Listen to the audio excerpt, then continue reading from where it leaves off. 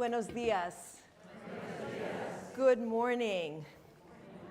Bienvenidos a la Congregación Unitariana Universalista de Asheville.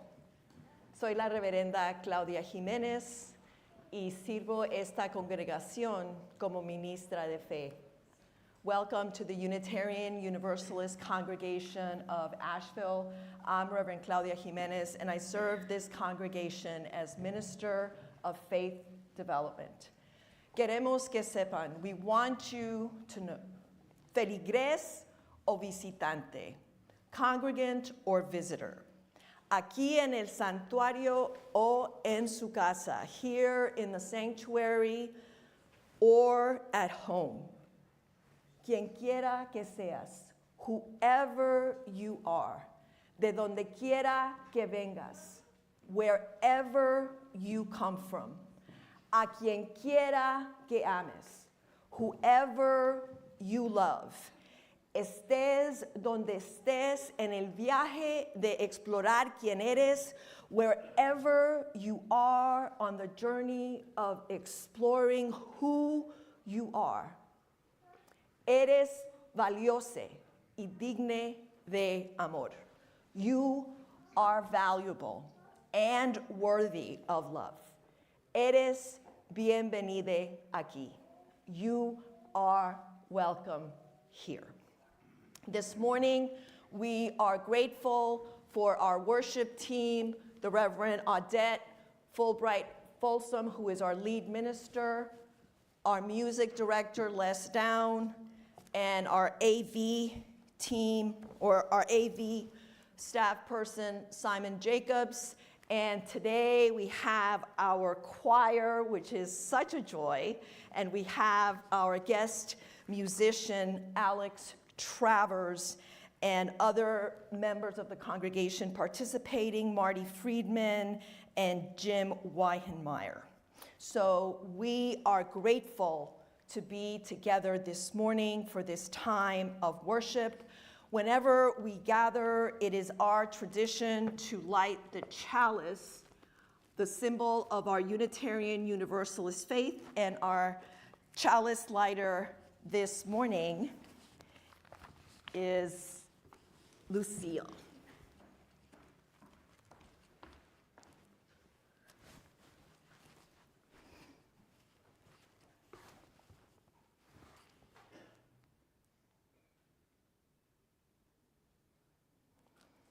Thank you, Lucille. Our reading for the chalice lighting is written by Reverend Scott Taylor. We light this chalice to remember that it is good to make space for breath, that work is not the measure of worthiness, that filling one's life to the brim leaves no room for grace and surprise to slip in. Welcome, friends. Let us make space and be renewed.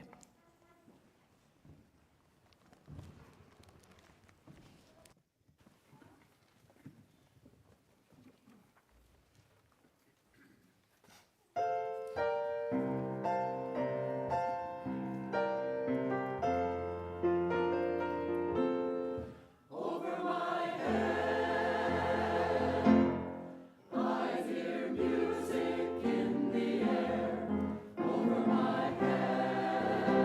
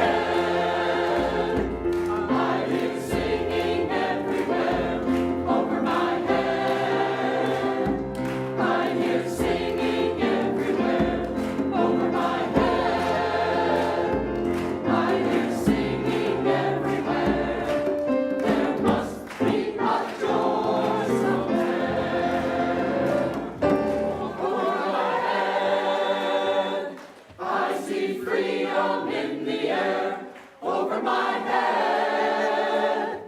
I see freedom in the air over my head. I see freedom in the air. There must be a joy somewhere.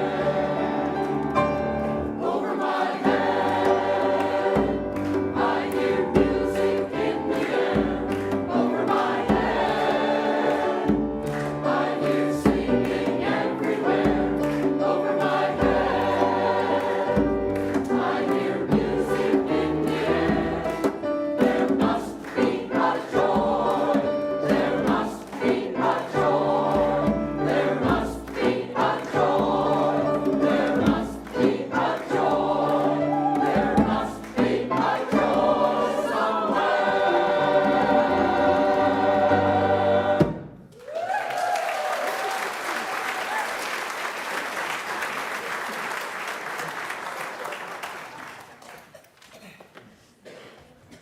And taking the lead from our choir, now it is our turn to raise our voices in song. Please rise in body or spirit as we sing hymn number 361, Enter, Rejoice, and Come In, and we'll sing it in English and in Espanol.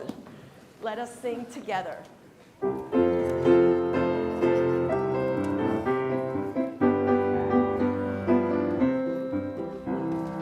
Enter, rejoice, and come in. Enter, rejoice, and come in. Today will be our joyful day. Enter, rejoice, and come in. Ven, ven, alégrate hoy. Ven, ven, alégrate hoy. Es hoy un día muy feliz. Ven, ven, alégrate hoy.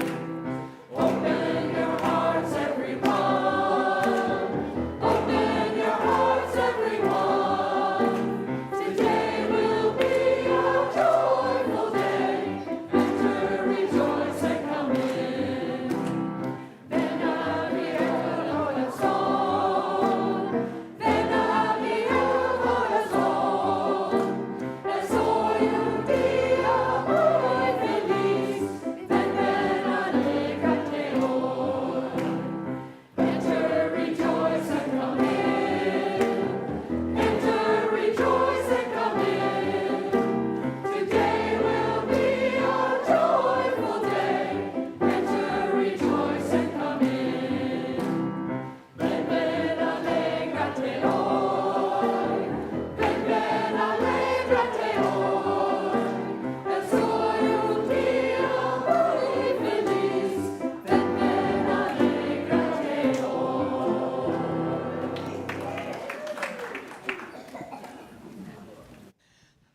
Good morning, good morning, good morning, good morning, good morning. Am I on? Hello? Good.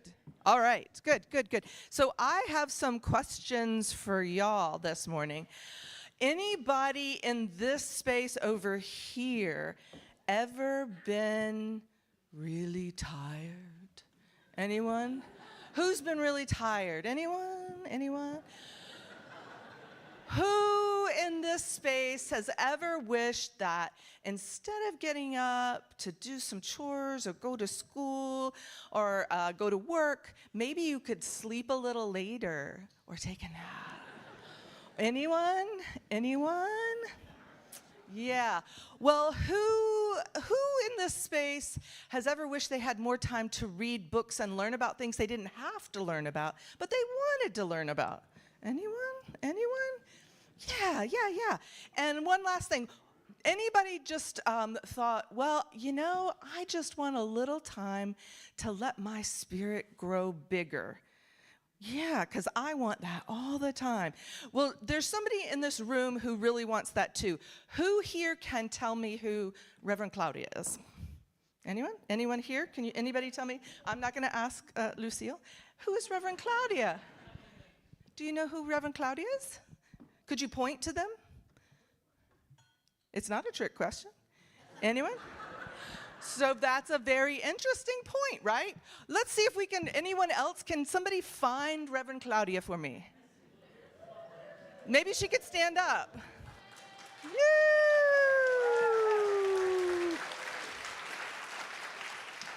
This is Reverend Claudia, and she is our Minister of Faith Formation, and she is finishing her 7th year here? Yes, 7th year here, leading Faith Formation. And you know what? She's tired. She's so tired. Oh my gosh, look at her. Can you see it? She's so tired. So she's going to do something very special and very important because she wants to stay our minister for a long time. So she's going to take a couple of months to go study and travel and nap and read and do a lot of things. And then she's going to come back and tell us about some of that stuff. And then hopefully her spirit will be even bigger than it is now, which is hard to imagine. And then she will be back home with us in June 18th, right? 17th, right. So many of you did something for her, and I wonder if our youth and kids can maybe give her what you prepared for her to let her go on a journey with our love. Anyone besides Lucille? Youth? Here it comes! Yay! Go for it, go for it. Come on down.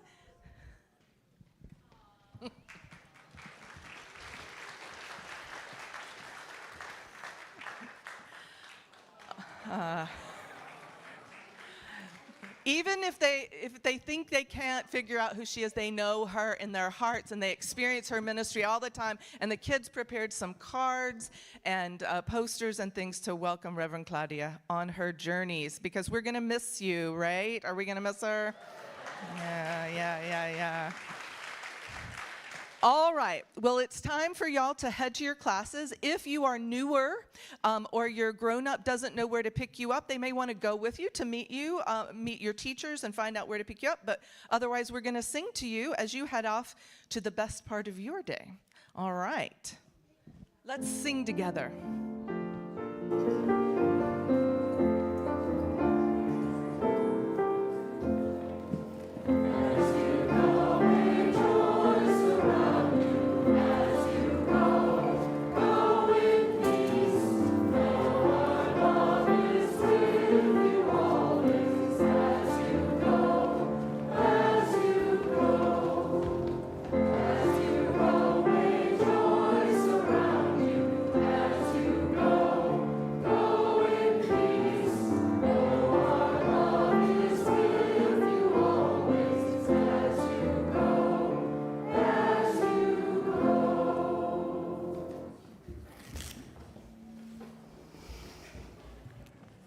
Thank you to all our children and youth who left. But look around this space. You know, what a blessing that we have such a vibrant program here at UU Asheville to support our children, our youth, and our families. Because we are a caring community, every time we gather, we make space to honor any joys or sorrows that we bring with us in our hearts. So today we are going to begin with a time of reflection or prayer and meditation, followed by a musical reflection. So I invite you to take a few breaths, to feel the floor beneath your feet, to close your eyes or lower your gaze as we listen to this prayer by Judith Quarles entitled, How Shall We Pray? Let us join our hearts and minds in the quiet of meditation and prayer. How shall we pray? First, let us be open to the silence. Let us hear the sounds in this room.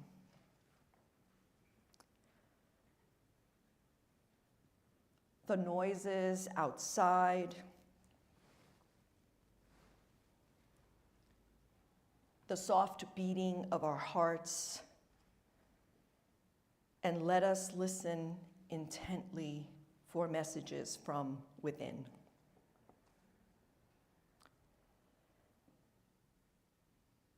Next, let us feel gratitude for our lives and for our beautiful earth. As hard as life gets, as sad or lonely as we sometimes feel, let us always be warmed by the gifts of this life. Next, let us hold in our hearts all those known or unknown who are in need. May we find in ourselves the energy and knowledge to bring care to the world.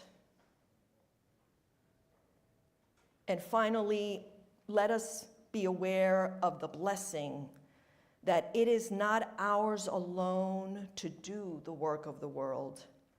Love and community work wonders that we by ourselves could never manage. And this morning, I will light a candle in memory of Morris Stone, who died last week. May we hold his beloved wife, Bonnie, and their family in love and care as they grieve his loss and celebrate his life. And may we also remember all who have died from COVID and their beloveds who continue to grieve their loss. This month, we marked the 5-year anniversary since COVID was declared a pandemic, March 11, 2020. Now, let us share a moment to form our own prayers or reflections out of the concerns of our hearts as we listen to this morning's gift of music.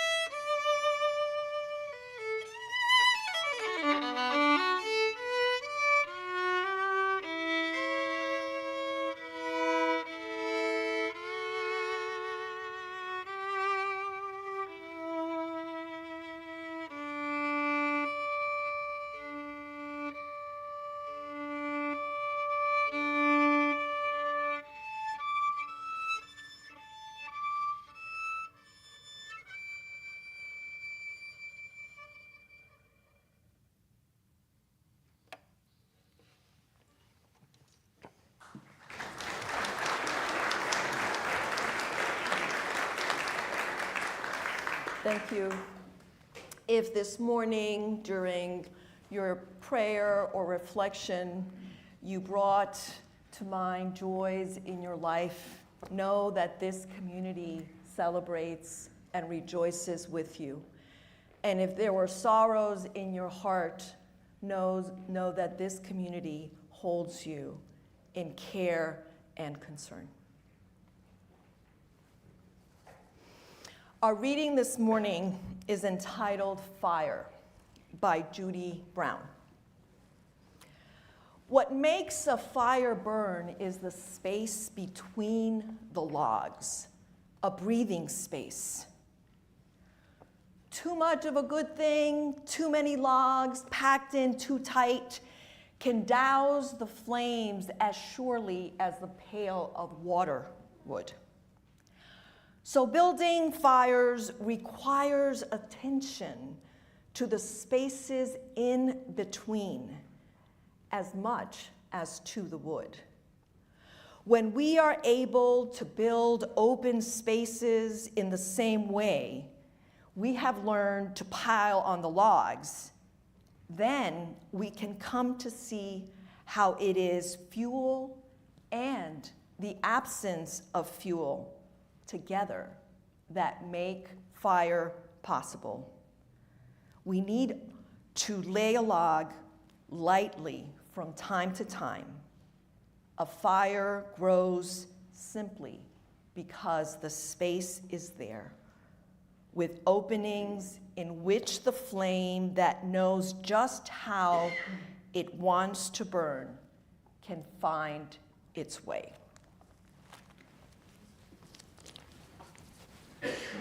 The choir is going to sing a rather epic setting of the Langston Hughes text, I Dream a World. If you have access to the order of service, it's on page 2.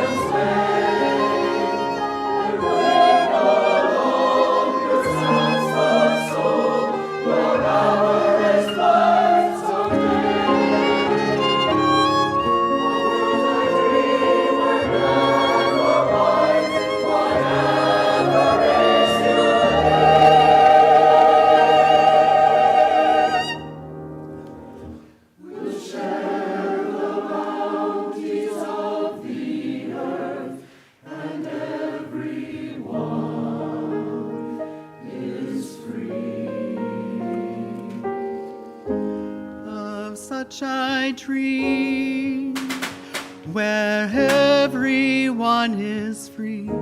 Of such I dream.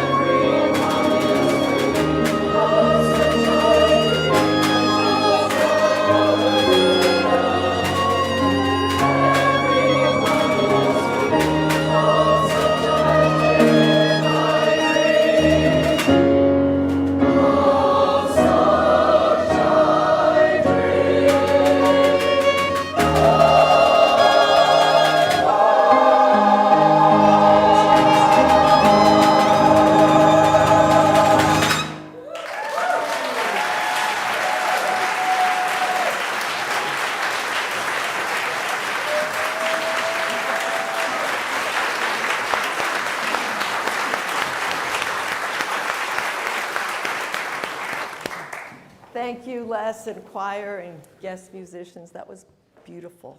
Thank you, thank you. And indeed, we dream of a world where all are free. Our faith calls us to live into our values, to do the spiritual deepening that grounds us and allows us to find rest and joy so we can go forth and be part of making that dream that we heard about, that Langston Hughes talked about, true. And sometimes, because there is so much to do, because there is so much happening, it's hard to stop and take a break and to rest. And part of our tradition as Unitarian Universalist is our Christian heritage. And in the biblical creation story, God rested on the seventh day from all the work done creating the heavens and the earth and the animals. And in that story, if you can imagine, that was a lot. So the tradition of the Sabbath or Shabbat was affirmed and blessed. And indeed, there is deep wisdom in acknowledging the need for rest, for reflection and restoration that allows us to gain perspective as we stop doing and doing and doing and listen for what emerges from within. It's like the space needed when building a fire, as described in our reading this morning. What makes a fire burn is the space between the logs, a breathing space. Too many logs packed in too tight douse the fire as surely as a pail of water. Yet, if we're honest, there never seems to be a good time to stop. Even retired friends joke that they are busier now than they were when they were working. Could that be so? So there is a resistance to rest because there's so much to do and so little time. And we live in a culture of busyness that encourages us to define our worth by how busy we are. However, our ability to be creative and to rise to the challenges of the moment often relies in our ability to be present and grounded. Weyhenmeyer writes in Sabbath, Finding Rest and Delight in Our Busy Lives, that Sabbath is not dependent upon our readiness to stop. We do not stop when we are finished. Sabbath dissolves the artificial urgency of our days because it liberates us from the need to be finished. Frankly, if I needed to be finished, I would never take a sabbatical. So that resonates with me because my ministry with you has been eventful and fulfilling, and it is not finished. As I prepare to take a 3-month sabbatical after 7 years of ministry with you, I look forward to a time of rest, reflection, and rededication to the sacred work that we do together. And we have journeyed through so much together.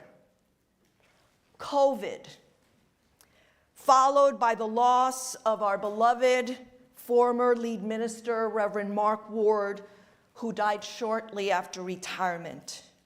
We worked with an interim minister for 2 years, and then we worked to call our lead minister, Reverend Audette Fulbright Fulson, and now we are still recovering from Helene, and now we're also figuring out how to resist the vengefulness, incivility, and corruption of the current administration.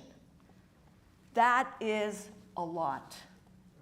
We have been through a lot. And yet these events highlight the need for welcoming, caring, spiritual communities like this one that need to be staffed and open to all who seek meaning and community in such tumultuous and emotionally exhausting times. We are doing good ministry here. We are doing good social justice and faith formation ministry. And I trust you will continue this work in my absence. Come on, 3 months is not a very long time. And as you do that you will be welcoming all of those searching for a spiritual home. This congregation has shown me the power of shared ministry. And I just want to share a few highlights of those ministries that we have done together that translate our Unitarian Universalist values into action. So when we look at what we've accomplished in terms of justice ministry, we have a beautiful partnership with Beloved, which has been a multi-generational effort led by a team committed to supporting our neighbors living with homelessness. We have a team formerly known as the Anti-Racism Immigration Justice Action Group, now Liberation Collective, which worked to adopt the 8th principle, which continues to explore what collective liberation can be, and has relaunched an effort to support immigration justice and has representation in a local interfaith group, Faith Communities for Immigration Justice. We also launched a new ministry, the Reproductive Justice Team, with collaborators eager to advocate, educate, and support reproductive justice locally and in our states.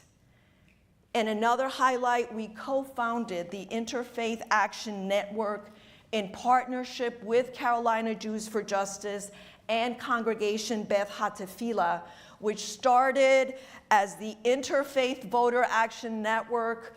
The day before Helene struck, we had 90 people in Sandberg Hall sending postcards to folks whose vote has always or often been denied because they were formerly incarcerated. But we did this with a whole bunch of other faith communities. And we saw the results of that work at the state level, maybe not at the national level, but at the state level. Our work paid off. And we not only did postcards, there were many other ways that we got out the vote.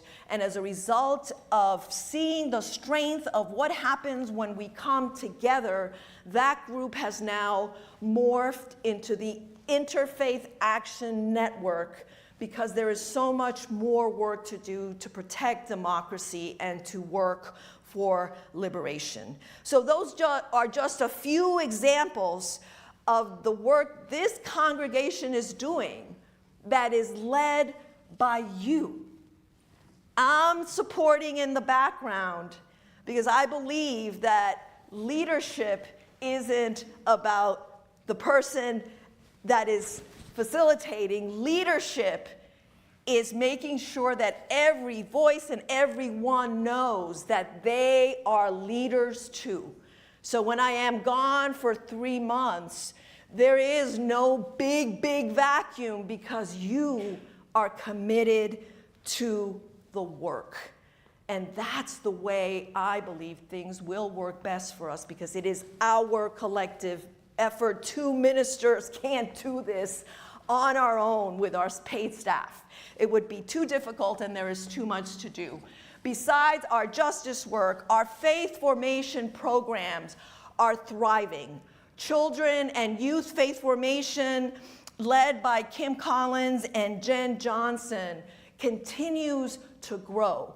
At a time when many congregations are seeing a decrease in children and youth participating in faith formation, we are blessed with the problem of not having enough room for our classes, for our children and youth. And if you were here last Sunday at our faith formation celebration service, you would have witnessed our children, some of our facilitators, and some participants in our programs sharing why faith formation matters to them, why they volunteer of their time to facilitate classes. Again, it is a collaborative ministry. We do this together. We share the responsibility together. And if you look around this room, there are so many of you who have said yes, this community matters because the work we do saves lives, and it does. But we need to always keep in mind that it is work that we do together. And it's not only with children and youth, because contrary to popular belief, faith formation is not just for our kiddos. Faith formation is also for our adults. And it is always a joy to work with and train our facilitators who support our Soul Matters groups. We have 11 Soul Matters groups that are meeting, and one of them even meets and we discuss the themes for the month in Spanish and do our faith formation that way. We also have a pagan group, and we also have a Buddhist Sangha, and I hear rumblings about a humanist group maybe forming here at UU Asheville. Once again, one of the joys of my ministry with you is the generosity of your time and presence to facilitate the many opportunities for spiritual deepening that we offer. And I, again, trust that you will keep that good work going as I go on sabbatical. And I am also deeply grateful that I can do this with the support of the board and this congregation. So what am I going to do during my sabbatical? I think, as Reverend Audette shared, definitely catch up on some reading that I've been wanting to do. I must admit, some is work-related, but I'm looking forward to it, and then some of it's just for fun. And the highlight, I think, is going to be walking the Camino Portugués with my partner, Steve, who is here, and I'm not running away with the pianist. I think some people don't realize that although we have different last names, we are a team. So we are going to walk the Camino Portugués from Porto to Santiago de Compostela in Spain, a route taken by pilgrims in the Middle Ages as an act of devotion, ending in the Cathedral of St. James, where his bones are supposed to lie in a crypt. The Camino was also an important commercial route at that time, and today people walk the Camino for a variety of reasons. I'm approaching this walk as a spiritual practice, a practice of walking and being present to the moment. And here's my backpack. And I have it from good authority. I don't know how many of you know Gene, but he's walked like 7 Caminos, and he said that it's light enough. Because I'm gonna be walking with this thing for 160 miles. And so, although we know that walking is good for us, I'm framing this walk inspired by Francis Sansarro, author of Zen of the Wild, who invites the walker to focus not so much on what one can get out of the walk, but what a walk can get out of us. What will happen as one engages in this repetitive act day after day of putting one foot in front of the other and paying attention to place, because there will be little connectivity on the road, and to pay attention to the senses, to what one sees, one feels, one touches, one smells and tastes along the way. Now, I prepared for this Camino in 2 ways. I trained for a half marathon, which I ran yesterday, and I think there are some people here that ran it too. Who are you? Raise your hand. I know there are some people that ran it too, okay? And we did this to support our community in building back, to get people out. And we did this for fun, believe it or not. It was painful, but in the end, you know, that feeling of I did it. And then most importantly, it was a fundraiser for one of our community partners, Planned Parenthood. And we were able to raise over $5,000. So that was awesome. And the second thing I've done is, with my trusty backpack, I have done some urban hikes here in Asheville, and notice how as I walked quietly, sometimes chatting, but mostly quietly, along the way, I captured a lot of details and things that are often missed when one is driving or bicycling around the neighborhoods. And there is a soothing rhythm to just putting one foot in front of the other, walking without urgency other than at some point reaching a place to eat before returning home, because I hear that's a common thing in the Camino, but you don't get to return home, you keep going forward. And here are a few photos that I've taken on those walks.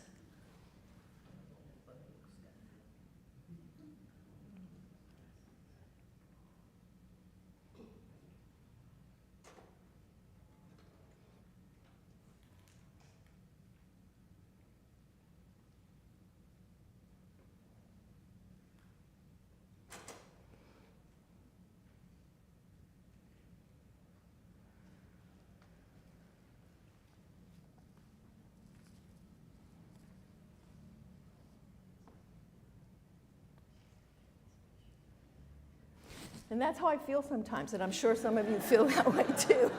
But the point of showing the pictures is that you don't have to go far to create a Sabbath time. An hour, a few hours, a half a day, whatever time you can carve out to take a break from the busyness and the news so that you can recharge. Because being rested and refreshed allows us to be more present, resilient, and intentional as we engage with one another at home and in the circles we are a part of. So in closing, I offer you this blessing adapted from a prayer by Reverend Derek Jackson.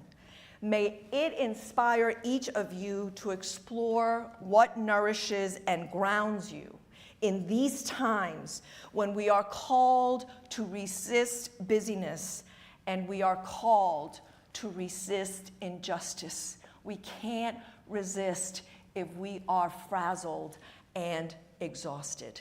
So, beloveds, please take a few breaths and listen to this prayer. prayer I offer you. Spirit of life, rest, divine nourishment, we are carrying so much. We have been carrying so much for way too long. Help us to find moments of rest. Help us to find those places of release. Help us to remember that we are humans needing nourishment and care. Bless us with the space to breathe. Bless us with the space to follow our joy and to relax, reground, recenter, and reconnect with the holy so that we can continue to live into our UU values and the call to justice, to continue to love fully and care for others. May it be so. Let us just share a brief moment of silence.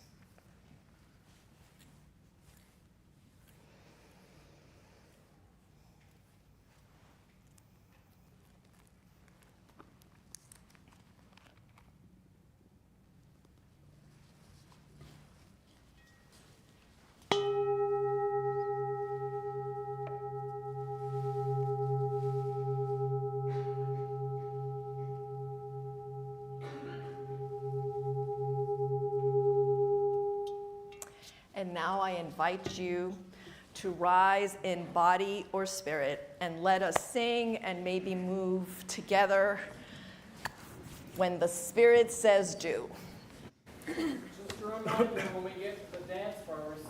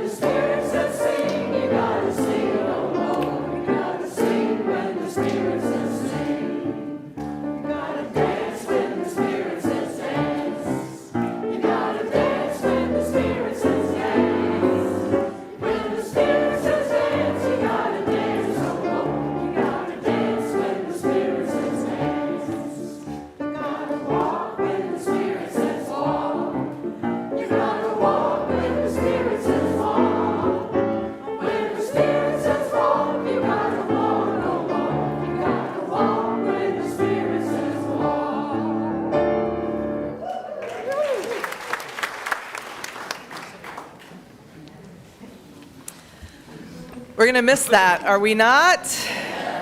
Yes, we are. Well, this is the time in the service when we do the work of the congregation. This is your congregation. This is the work that we do together. And the first thing that we like to do at this time is create just a little space for those of you who may be visiting with us for the first or second or third time.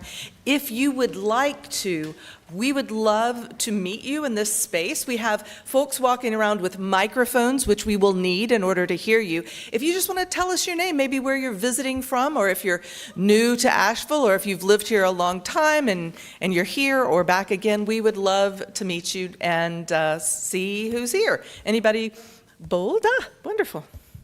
Hello, my name's Chris Van Camp. Moved here a few months ago, and great to be here with me. Who is me? Me is Tink Bess, his wife. Wonderful, wonderful. Really happy to be here from Western Massachusetts. Welcome, welcome. That's how it's done. Perfect. Let her go first. Hi, my name is Perry. This is my first time here. I just moved here a couple months ago from Austin, Texas. I grew up going to a First Unitarian Church, and this is my first service in almost 10 years. So thank you for welcoming me. Welcome. So you were there with Meg, right? Meg Bardhouse, is that right? Did you say Austin? Yes. Okay, great. No worries, no worries. It's cool. It's not a test. Welcome. Anyone? Hi, My name is Sami. I'm a fellow Colombian. We moved, from Florida right after Helene in October, and with my partner Hugh. He already has a sticker, permanent sticker. I'm still in Florida, finishing business until probably May, so I will join you guys permanently. Wonderful. Welcome. Hi, my name is Alexis, and this is Netta. I think we've been here 3 times, been to Asheville for like 15 years, but super excited to be here, be part of the community. Wonderful. Welcome to both of you. Both of you. Hello, this is Tim and Emily. We've been in Asheville for 7 years. We came a couple times, maybe 6 years ago, and then COVID hit and we had kids, and so we're back. Oh, so glad you're back. Welcome. Welcome. Hi, my name is Doug Neal. Like that woman over there, I grew up a Unitarian in Evanston, Illinois, but it's been in my adult life a long time since I've been to a service, and I live half the year in India and the other half now in Asheville.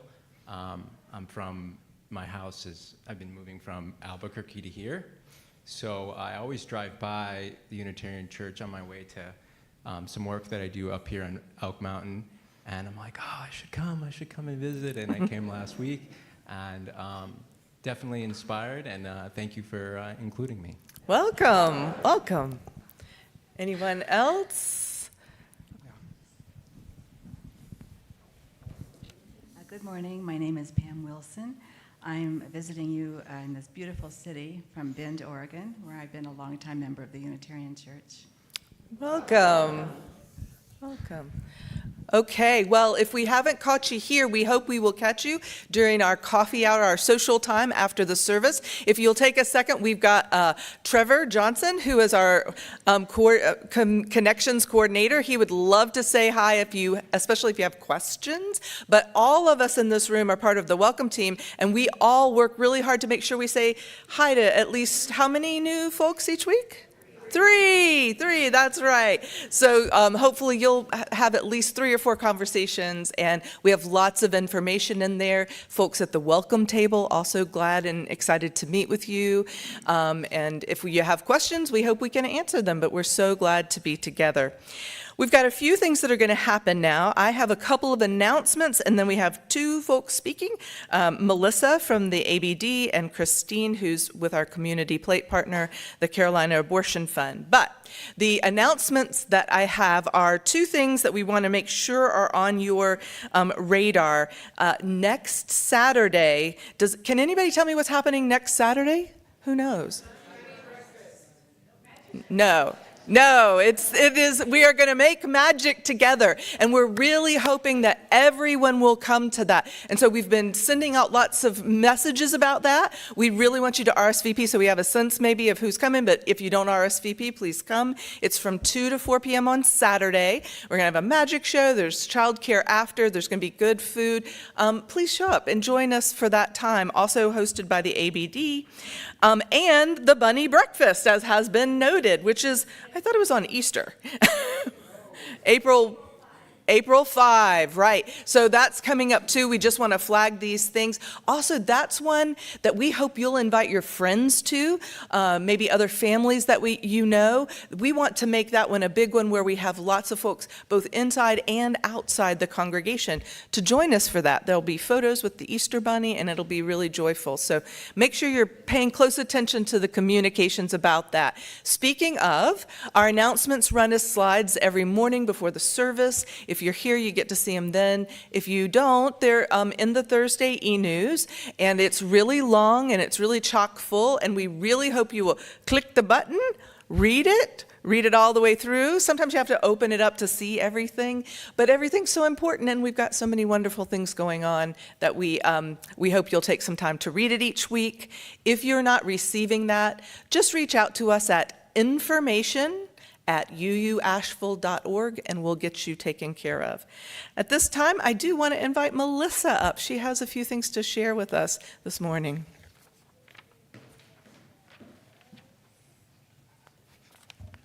Good morning. I'm Melissa Himmeline, a member of the Board of Trustees. I'm here to rally your support for the annual budget drive. But first, I'd like to tell you a bit about our family's 20-year history with this congregation. Like many UUs, my husband Dale and I found our way here through our children. Our twin daughters, 6 years old at the time, had started hearing their classmates talk about church activities and wanted to know why we didn't go to church. It sounded like fun to them.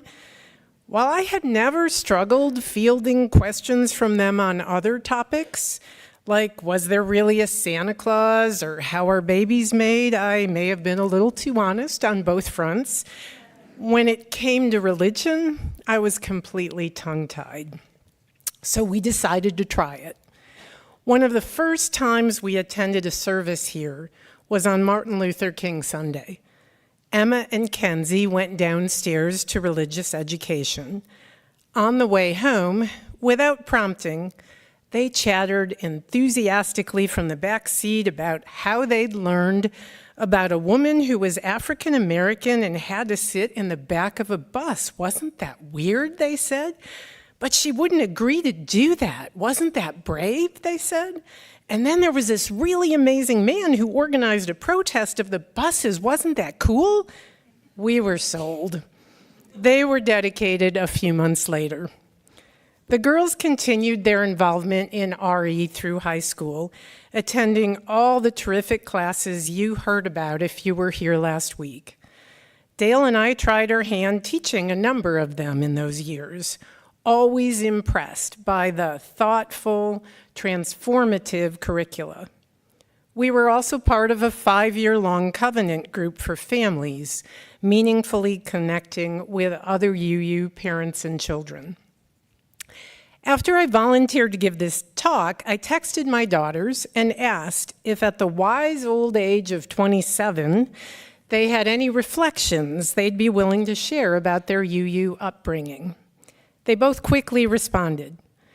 Emma wrote that she was most grateful for the education about different religious beliefs, feeling like she grew up with a core value to honor and respect all religions. As she met people over the years from varied faith traditions, she felt that knowing even a bit about their background has helped them feel seen, comfortable in her presence. She and her boyfriend, who is Jewish, like to joke about the Jewitarian wedding they might have one day. Kenzie has fond recollections of all the major UU milestones, especially the coming-of-age retreats, the trip to Boston, and designing youth Sunday services. She's convinced that her UU background made her a more open-minded and accepting adult. She also reminded me that she wrote her college application essay about her coming-of-age and credo experience, and it worked. But although our daughters brought us here, we've happily stayed in the decades since they left. Our activities and service commitments have changed in line with our interests. These days, I'm involved with social and reproductive justice work and co-facilitating a Soul Matters group. Really, the only thing I said I'd never do is talk about money. Despite that vow, I'm in front of you now because of how much my family and I have gained from this church. I want to give back. Like the research that suggests women do best in negotiating for salaries when they are advocating not for themselves, but for someone else, I am able to stand here now because I'm asking on behalf of an organization and people that I love and care deeply about. This year, the budget team is especially hoping to increase the number of pledging households. So if you haven't pledged before, I hope you'll consider doing so. Please give what you can, and thank you for being part of this truly wonderful community.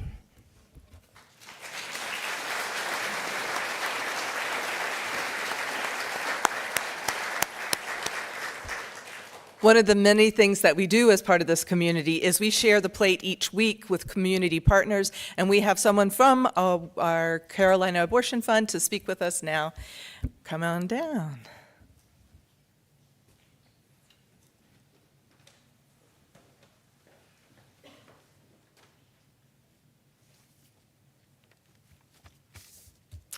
Morning, my name's Christine. I'm a helpline volunteer with the Carolina Abortion Fund.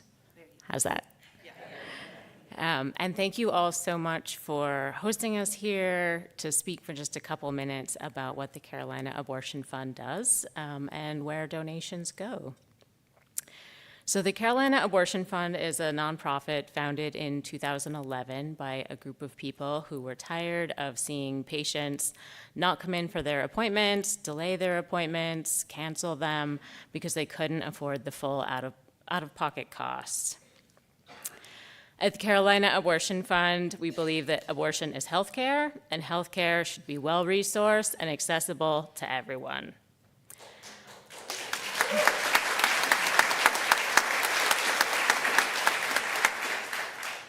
We believe that abortion is a social good, that people choosing abortion deserve compassion, dignity, and respect.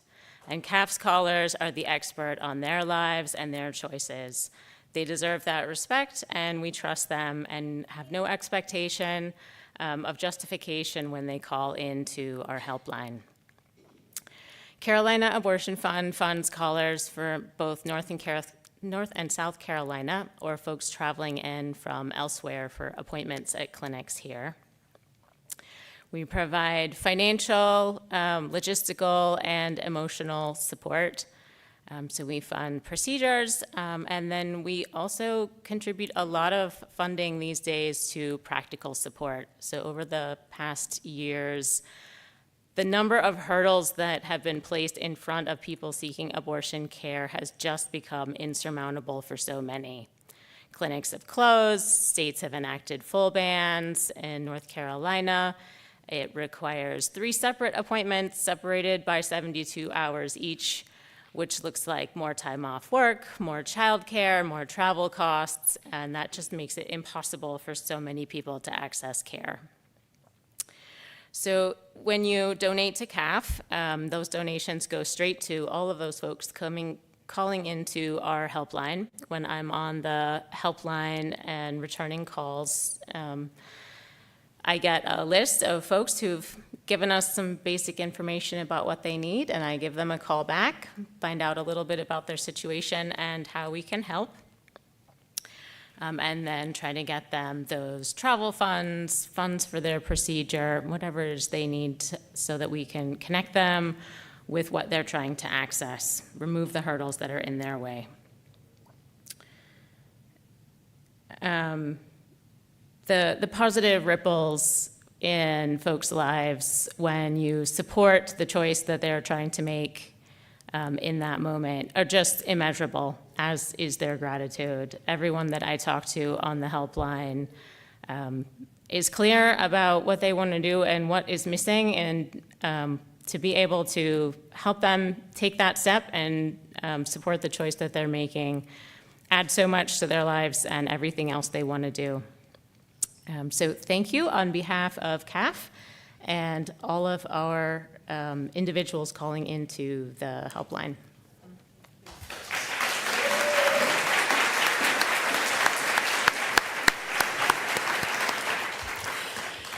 Thanks, Christine. So now is the time in our service where we receive the offering. This is a sacred time for us. It is where we gather and share our gifts together. It is only our members and friends and those people who find us for an hour or for a lifetime who fund this place, so we're very grateful. As mentioned, we split our plate with the Carolina Abortion Fund. We also have a couple of other ways you can give in the plate today. You'll see a QR code if you don't have cash, like me, I never have cash. And if you care to write a check, you can either indicate that it's for your pledge, for the church, or if you're supporting Carolina Abortion Fund, make that in the memo line too. One last note before the offertory this morning.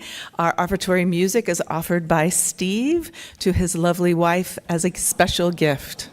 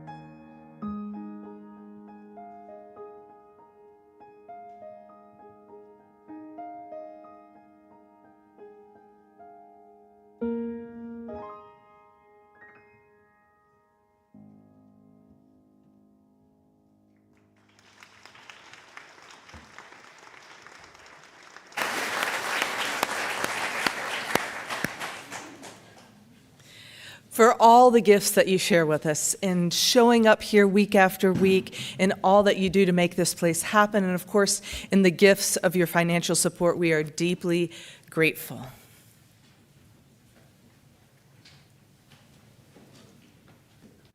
So we're doing a shortened version of Over My Head, and after I play the intro, they're going to sing a cappella.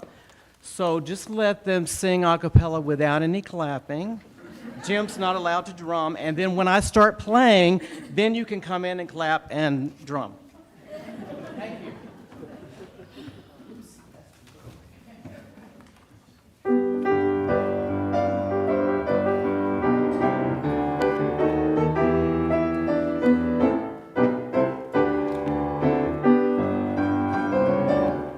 Over my head, I see freedom in the air. Over my head, I see freedom in the air. Over my head, I see freedom in the air. There must be a joy somewhere. Over my head, I hear music in the air. Over my head, I hear singing everywhere. Over my head, I hear music in the air. There must be a joy. There must be a joy. There must be a joy. There must be a joy. There must be a joy somewhere.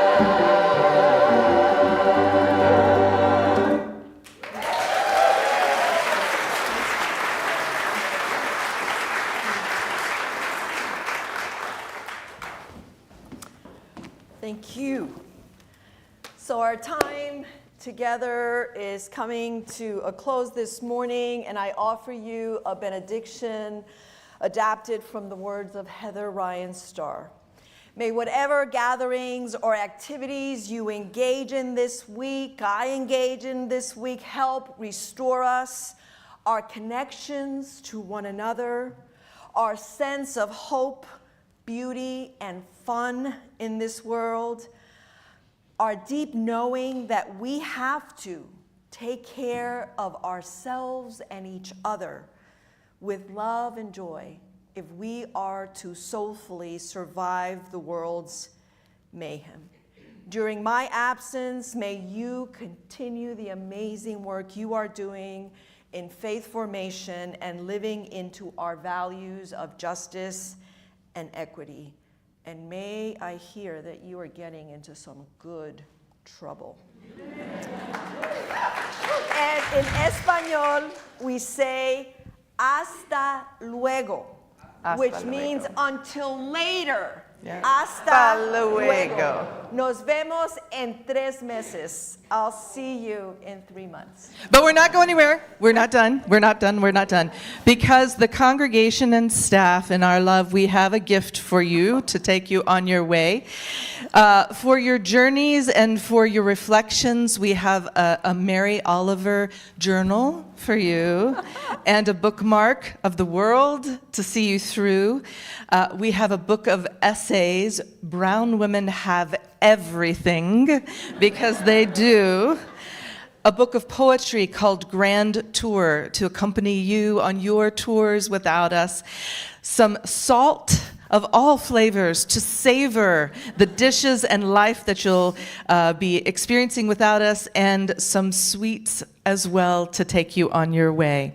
And now we want to bless you in your going. And so as we sing Longtime Son, I want to invite you now, if you'll rise to the peak of your physical and spiritual stature, as you're willing and able to do so, we're going to do a laying on of hands blessing to send her on her way. So what that means is we're going to need a variety of people to come on forward, because we want to gently place our hands on Claudia's shoulders and arms. So can we have a few folks who are feel comfortable laying their hands. And then what we do is the rest of us, with our neighbors, we connect to our neighbors by placing our hands gently on their shoulders or arms, right? So that we begin to connect everyone. So we need a link. You got to link up. We can't, come on over. Come. We got to link. We're not linked. We got to come forward. Come link. We got to be linked up. See how there's a separation here? We got to link up. We got to link to each other. So make sure there's a link. If it's not linked, we're not there. Good. Gordon's going to link these to Holly maybe behind you. And there we go. Are we linked? There's not linkage. We must link ourselves, friends. There we go. We're getting it. Because we are part of the great circle of love and life, and we all want to send. Is the choir linked pretty well to us too? No, you're separated from us. Let me go that way. So can you come and place your hand on his shoulder? Would that be okay? And then you come just a little bit out. Okay. All right. And we're going to sing Long Time Sun together. I'm good. I'll just...